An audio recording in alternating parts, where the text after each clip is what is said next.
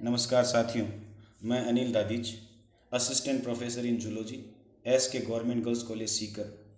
आज हम नया टॉपिक स्टार्ट कर रहे हैं जिसका नाम सोशल ऑर्गेनाइजेशन इन इंसेक्ट्स या कीटों में सामाजिक संगठन। पिछले वीडियो में हमने कीटों में मेटामॉर्फोसिस के बारे में बात की थी। आज जो टॉपिक हम ले रहे हैं वो कीटों के व्यवहार से संबंधित है। सबसे पहले तो यदि हम ये बात करें कि सामाजिक व्यवहार होता क्या है, तो हम ये कह सकते हैं कि प्रकृति में दो प्राणियों के बीच पाई जाने वाली इंटरेक्शन या अनुक्रिया सामाजिक व्यवहार कहलाती है। सामाजिक व्यवहार के निम्न से लेकर के उच्च तक प्रतिमान या पैटर्न पाए जाते हैं। इस आधार पर सामाजिक व्यवहार वाले कीटों को हम तीन श्रेणियों में बांट सकते हैं। पहली श्रेणी में सॉलिटरी इंसेक्ट या एकल कीट आते हैं। इनमें वे कीट शामिल हैं जो किसी प्रकार का सामाजिक व्यवहार नहीं दर्शाते, अर्थात प्रकृति में ये कीट एकल या अकेले रहते हैं, अपनी सारी ज़रूरतें अकेली पूर्ण कर सकते हैं। केवल प्रजनन के समय नर और मादा समीप आते हैं तथा प्रजनन की क्रिया के पश्चात मादा अंडे देती है। अंडे देने के पश्चात या तो वो मर जाती है या वो अंडों को छोड़कर चली जाती है और अंडे प्रकृति में अपने आप जीव में विकसित होते हैं। दूसरी श्रेणी जो आती है वो ग्रिगेरियस इंसेक्ट्स या यूथी स्वभाव वाले कीट की आती है। यूथी स्वभाव का मतलब होता है झुंड बनाकर रहना, अर्थात हम ये कह सकते हैं कि इस श्रेणी में आने वाले कीट अस्थायी रूप से झुंड बनाते हैं और ये झुंड इसलिए बनाए जाते हैं ताकि प्राकृतिक परिस्थितियों का अच्छी तरह से सामना कर सकें। और ये जो उदाहरण मिलता है इसका वो टिड्डियों में देखने को मिलता है। आजकल आपने टिड्डी दल के रूप में नाम सुना होगा, जिसमें बहुत सारी टिड्डियाँ एक स्थान से दूसरे स्थान पर समूहों में जाती है।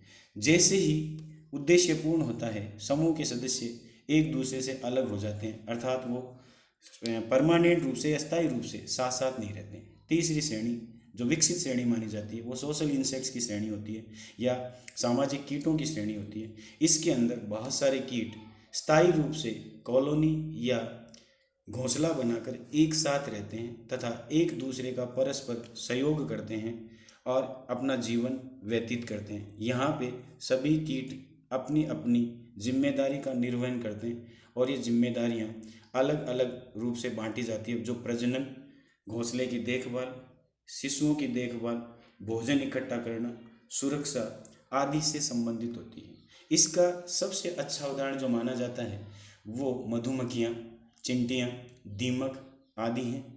अगली बात हम करें कि सामाजिक कीटों के कितनी जातियाँ विश्व में पाई जाती है। लगभग 6000 जातियाँ विश्व में पाई जाती है कीटों की, जो कि सामाजिक व्यवहार दर्शाती है। इन 6000 जातियों को हम 8 गणों में शामिल कर सकते हैं, जो कि स्क्रीन पे आपके सामने दर्शाए गए हैं। यदि हम ये कहें कि सुपरिचित जातियाँ जो हमारे आसपास पाई जाती है तथा सामाजिक व्यवहार दर्शाती है, उनमें मधुमक्खियाँ, ततैयाँ, दीमक, चिंटियाँ आदि शामिल हैं। सामाजिक व्यवहार है उसका उद्विकास लगभग 30 करोड़ साल पूर्व माना जाता है।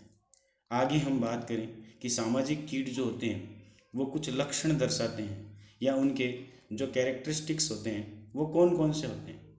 सबसे पहला लक्षण जो होता है वो लार्ज कॉलोनीज या बड़ी कॉलोनी या घोंसले। आप चित्र में देख रहे हैं कि दो ऊपर का चित्र है जिसमें दीमक की कॉलोनी दर्शाई गई है तथा नीचे के चित्र में जो है वो मधुमक्खी है, उसका छाता दर्शाया गया है। दीमक की कॉलोनी में यदि आप गौर से देखेंगे तो इसकी साइज़ बड़ी है, इसमें बहुत सारी टनल्स बनी हुई है। इसके अलावा बहुत सारे रास्ते इसके अंदर बने हुए हैं और इसमें अलग अलग रास्ते अलग अलग क्रियाकलापों के लिए पाए जाते हैं। इसी तरह इसमें कक्ष अलग अलग बने हुए हैं, जिनमें से हम कहते हैं कि शिशुओं के अलग से कक्ष हैं, राजा रानी के अलग से कक्ष है, श्रमिक के अलग से कक्ष है, भोजन इकट्ठा करने के लिए अलग से कक्ष है। इसी तरह नीचे के चित्र में आप ये देख रहे हैं कि मधुमक्खियों का एक छाता है, उसका चित्र दिखाया गया है जिसमें बहुत सारे चैम्बर या कोष्ठक बने हुए हैं और वो अलग अलग चैम्बर अलग अलग कार्यों के लिए प्रयुक्त किए जाते हैं। आप ये देख रहे हैं कि ये जो बड़े चैम्बर दिखाई दे रहे हैं वो रानी मक्खी के लिए होते हैं। इसी तरह ये जो छोटे चैम्बर्स दिखाए गए हैं वो चैम्बर्स शहद इकट्ठा करने के लिए माने जाते हैं। तो कहने का मतलब है कि बड़ी कॉलोनी का पाया जाना या घोंसलों का पाया जाना सामाजिक कीटों का पहला लक्षण माना जाता है। उसके बाद में यदि अपन दूसरे लक्षण की बात करें तो पॉलीमॉर्फिज्म और कास्ट सिस्टम। सामाजिक कीटों में कास्ट सिस्टम या पॉलीमॉर्फिज्म पाया जाता है, जिसमें हम ये कह सकते हैं कि एक ही जीव के या एक ही जंतु के विभिन्न रूपों का पाया जाना पॉलीमॉर्फिज्म कहलाता है। पॉली यानी बहुत सारे, मॉर्फ यानी फॉर्म या रूप। तो सामाजिक कीटों में एक ही कीट के या एक ही जाति के जो सदस्य होते हैं वो अलग अलग होते हैं और अलग अलग कार्यों के लिए होते हैं। मोटे तौर पे इनकी दो श्रेणियां मानी जाती है। एक तो जननक्षम श्रेणी, जो जनन की क्रिया कर सकती है, इसमें राजा रानी है वो शामिल होते हैं और ये प्रजनन कर सकते हैं। दूसरी श्रेणी मानी जाती है वो स्टेराइल या बंध्य श्रेणी मानी जाती है, जिसके सदस्य सामान्यतः श्रमिक और सैनिक होते हैं, जो जनन क्रिया नहीं कर सकते। इस चित्र में आपको दीमक के प्रभेद या कास्ट सिस्टम को दिखाया गया, जिसमें सबसे बड़ी क्वीन या रानी। इसके अलावा आप ये कह सकते हो कि ये जो जहाँ पे मैं आपको अंडरलाइन करके दिखा रहा हूँ, वो हम कह सकते हैं कि ये नैसूट या सैनिक दो दिखाई जा रहे हैं, जो प्रोटेक्शन से संबंधित होते हैं। इसके अलावा वर्कर्स जो दिखाए गए हैं वो घोंसला बनाने के लिए, इसके अलावा घोंसले की साफ सफाई करने के लिए, भोजन इकट्ठा करने के लिए और शिशुओं की देखभाल करने के लिए होते हैं। तो ये प्रभेद तंत्र जो पाया जाता है वो वास्तव में लेबर डिवीज़न या आप कह सकते हो श्रम विभाजन है, उसका उदाहरण होता है, जिसमें हर प्रभेद या हर कास्ट का अलग अलग कार्य होता है, जो जनन, सुरक्षा, भोजन इकट्ठा करना, शिशुओं की देखभाल करना तथा कॉलोनी है उसका रख रखाव करना उससे संबंधित होता है। अगला कैरेक्टर यदि हम बताएं तो हम कह सकते हैं म्यूचुअल कोऑपरेशन या परस्पर सहयोग। कॉलोनी में पाए जाने वाले सदस्य एक दूसरे का सहयोग करते हैं, जो सुरक्षा, भोजन और देखभाल से संबंधित होता है, और इसको हम मधुमक्खियों में और दीमक में आसानी से देख सकते हैं। चौथा है वो पेरेंटल केयर या पैतृक देखभाल, जिसके अंतर्गत हम ये कह सकते हैं कि अंडों की और शिशुओं की देखभाल करना, जो कॉलोनी बनाने का मूल उद्देश्य होता है, वो इसमें शामिल है, जिसके बारे में हम आगे फिर जब मधुमक्खियों के अंदर सोशल ऑर्गेनाइजेशन की बात करेंगे तो थोड़ा विस्तार से चर्चा करेंगे। अगला यदि लक्षण माने तो हम कह सकते हैं ट्रोफिलैक्सिस। ट्रोफिलैक्सिस का मतलब होता है भोजन का आदान प्रदान करना।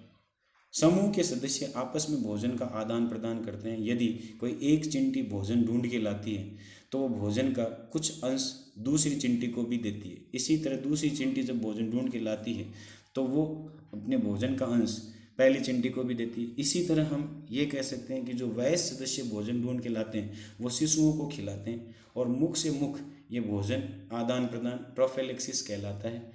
चिंटियों में ट्रोफिलैक्सिस का एक अच्छा उदाहरण देखा जा सकता है कि ये एफिड्स की प्रजातियों को पाल करके रखती है, और जब वो भोजन लेकर के आती है तो वो एफिड्स को खिलाती हैं। बदले में एफिड से वो हनी ड्यू या मीठा जो शहद है, शहद जैसा मीठा पदार्थ है, वो स्रावित करती है, जिनको चिंटियाँ बड़े चाव से खाती है। ये जो आप एग्जाम्पल इसमें देख रहे हो कि एक चिंटी जो है वो एफिड है, उसको भोजन दे रही है, और वो एफिड एक तरह से पालतू होते हैं, और जो अपने शरीर से हनी ड्यू का जब श्रावण करते हैं तो ये चिंटी उसको प्राप्त करती है। यानी यहाँ पे परस्पर सहयोग की भावना इसलिए पाई जाती है कि दोनों कास्ट या दोनों सदस्य एक दूसरे से परस्पर सहयोग के द्वारा लाभ प्राप्त करते हैं।